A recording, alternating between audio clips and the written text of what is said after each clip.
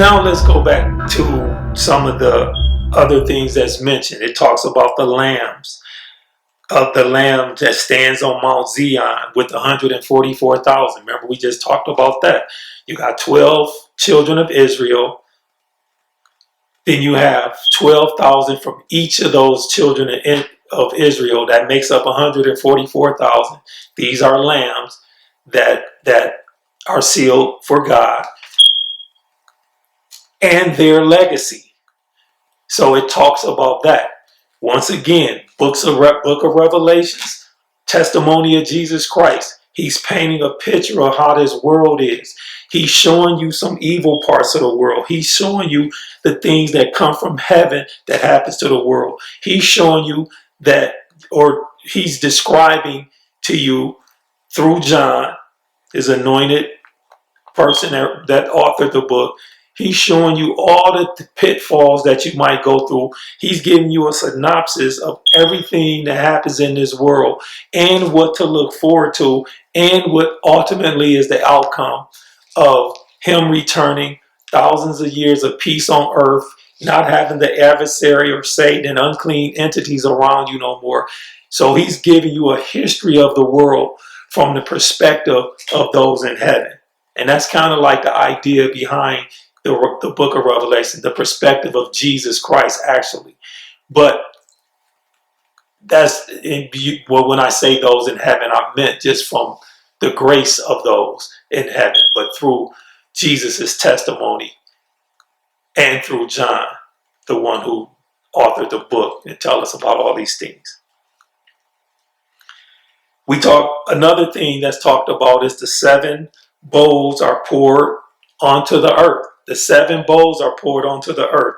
The first bowl, now when it says bowl, it's talking about things that are put here to kind of hurt the earth. Now you think about the first bowl, a foul and malignant sword that afflicts followers of the beast. And in the Bible, it talks about, it says a noisome and a grievous sore. And that word, I looked it up, it means smell. Now, it was a way to identify the beast. And this is all signs kind of stuff. So the first bowl that was released, it was a time, and I'm trying to say back in like 2011, it was a group of people. You can research it if you want to. It was a group of people that had a bad odor. And it was another group of people that didn't have a bad odor. The ones who had the mark of the beast, who followed the beast, they had an odor associated with them. And if everybody sit back and think, what's this, 11 years ago, 12 years ago, there was an odor going around that certain people had. They talked about it on the news and everything, that it was some people that was smelling a bad odor, and there was other people that didn't smell this odor. This was mentioned here. That's what that first bowl was talking about, a foul and malignant sore.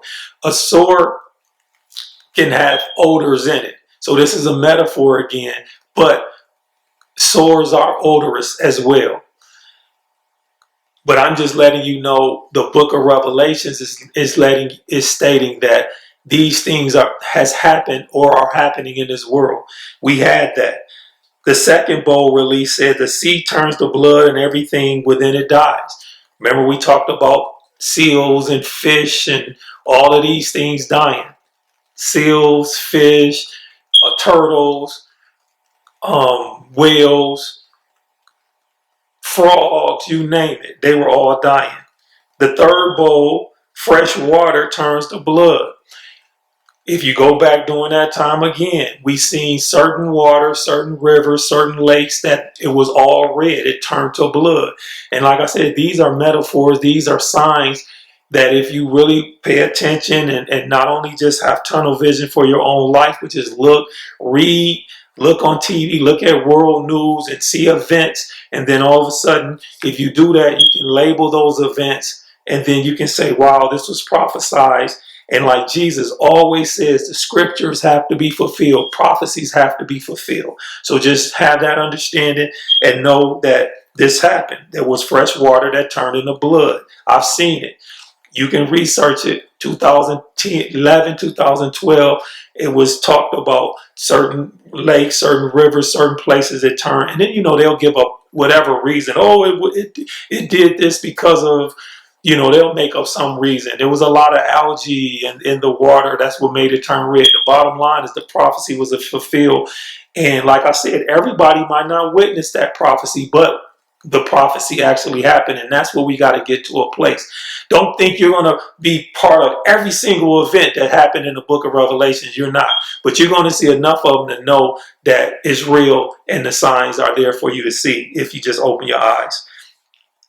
The fourth bowl, the sun scorches the earth with intense heat and to the point where people blaspheme God.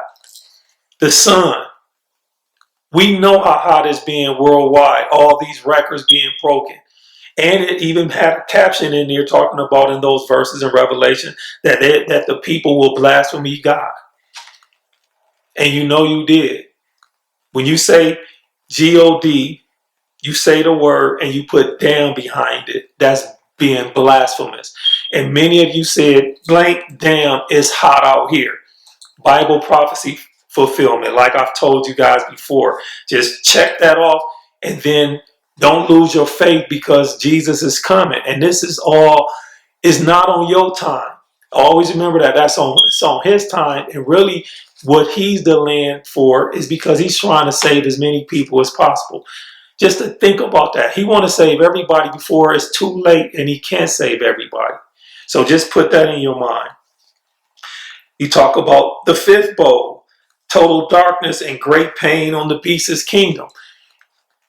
It's talking about total darkness, great pain on the beast's kingdom. The beast of this earth, the ones who rule negatively, follow evil influences. It's dark for them. You know why? It's even getting more darker for them because they know that the light is near. They know Jesus is coming soon. They know they're catching all sorts of turmoil now. And so that's basically where that particular bowl, the fifth bowl, talks about the darkness and great pain in the beast's kingdom. The beast's kingdom, meaning his kingdom is in an uproar. He knows the time is getting short. So stuff is it's almost like they're putting pressure on you. What are you going to do? It's pressure put on you now. So you got to fight. You got to try to figure it out. I'm under siege. Just look at it.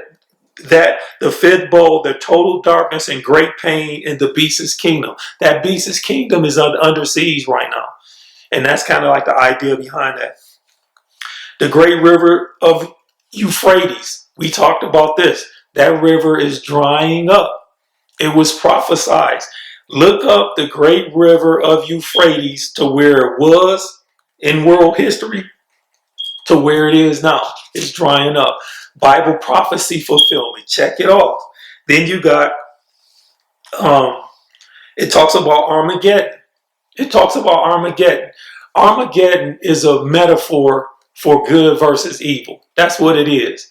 It's a spiritual war. Always remember that. My fight is not against you. Your fight is not against your fellow brothers and sisters. Your fight is against spiritual, unclean entities, principalities, things of that nature. And once you adopt that kind of mentality, when you deal with your brother and sister, you know it's not them. Okay, what's going on? What happened to them? Something must have got inside of them because he's saying crazy stuff that I know he doesn't talk like this, but it's getting me upset to the point where I want to do something.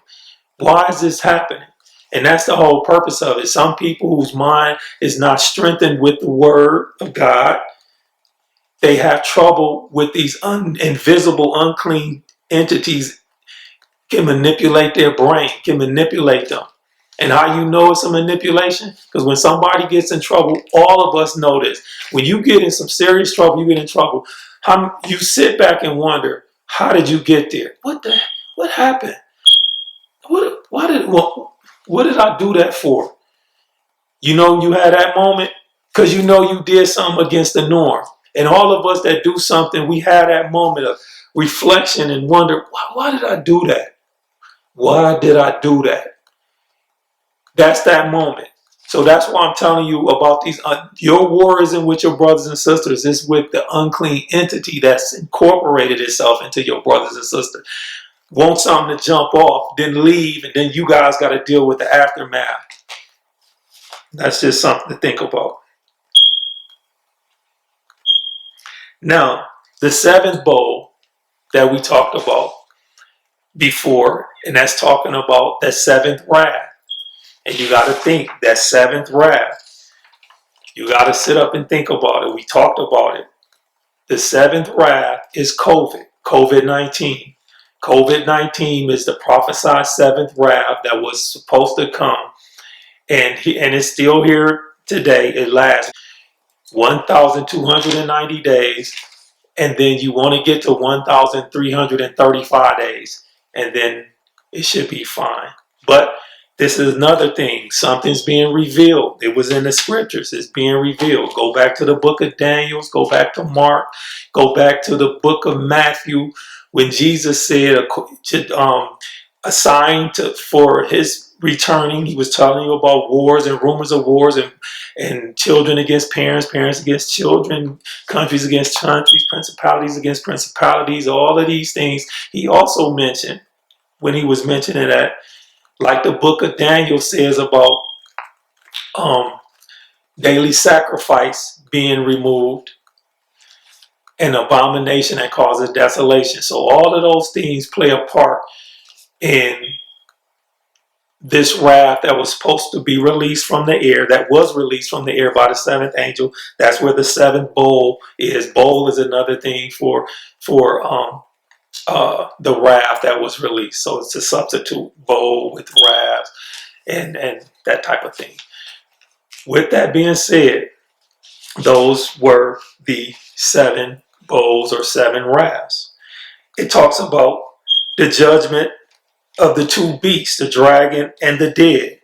The beast, the false prophet, and the beast and false prophet being cast in the lake of fire.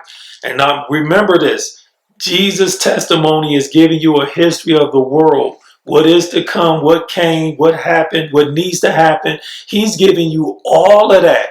Then as you go through this process, he's letting you know what's going to happen after all of this stuff is done, and this age is coming to an end as it transitions to the new age. And that's where you get the beast and the false prophet are cast in the lake of fire.